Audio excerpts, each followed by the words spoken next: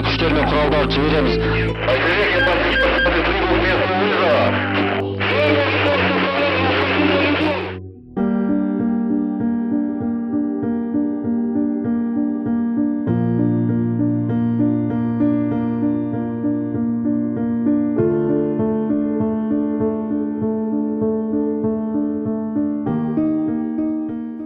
Шымкент өркендеп, қарқынды дамып келе жатқан мегаполис.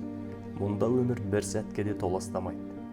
Бірақ бұл тыныштықтың артында қырағылық пен дайындық жатыр.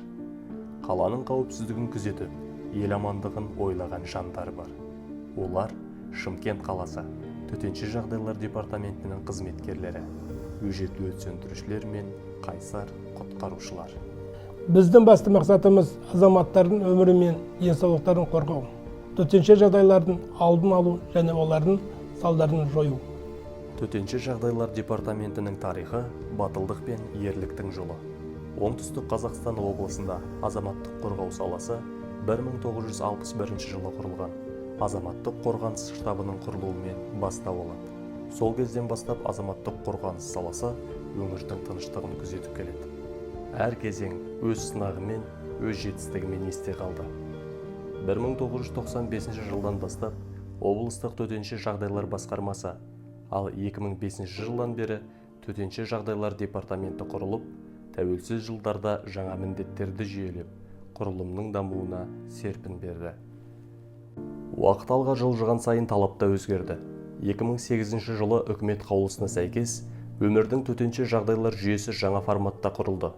Олар төтенше жағдайлар департаменті, өрт сөндіру және авариялық құтқару жұмыстары қызметі, шұғыл құтқару жасағы, суда құтқару қызметі, Қазселден қорғау аймақтық басқармасы, сондай-ақ облыстық медициналық апат орталығы, өнеркәсіптік қауіпсіздік проблемалары жөніндегі ұлттық ғылыми зерттеу орталығы, республикалық мемлекеттік кәсіпорны атты мекемелер өңір қауіпсіздігі жолында қызмет ете бастады. 2005 жылы төтенше жағдайлар департаменті қайта құрылды. Оған осы облыстағы барлық төтенше жағдайларға қатысы бар мекемелер, ол өрт сөндіру қызметі, суда құтқару қызметі, тағы біраз қызметтер соның ішіне кіріп, сөйтіп бір департамент болып жұмыс істей бастады. Енді бұлай салыстырмалы түрде қарасақ, бұрын штаб гражданской оборона болып тұрған кезде біздің қолымызда ешқандай күш құралдар болған жоқ. Өрт сөндіру басқармасында да өзінің пожарный техникасы болды, басқа еш нәрсе болған жоқ. Баяғы АЦ-40 дейді ғой, ескі машиналар, зилге орналасқан, мынандай батпақты жерде немесе қыс кезінде олардың жүруі өте қиын болатын. Кейін енді жаңағы біріккеннен кейін 2005 жылдан кейін уже жағдай өзгерді. Сөйтіп жайлап дами бастады. Жаңа техникалар келе бастады, әсіресе пожарный техника.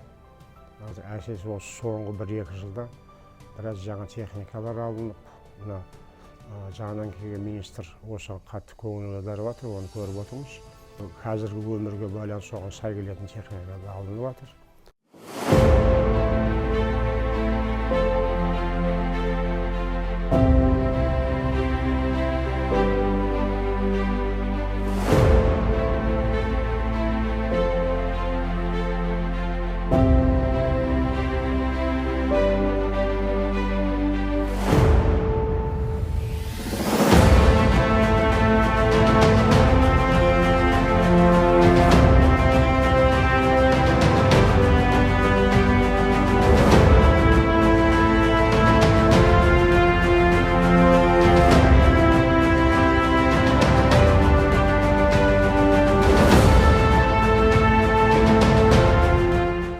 Қала тұрғындарының қауіпсіздігін қамтамасыз ету жолында біз күн сайын дайындық деңгейін арттырып, материалдық техникалық базаны нығайту бағытында жүйелі түрде еңбек етіп келеміз.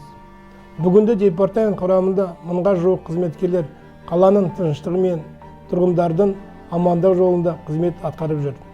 Олардың қатарында өрт сөндірушілер мен құтқарушылар, инспекторлар мен анықтаушылар, сүңгілер мен кинологтар, байланыс және диспетчерлік қызмет мамандары сондай-ақ жұмысты үйлесімді атқарылуын қамтамасыз ететін әкімшілік қызметкерлер бар.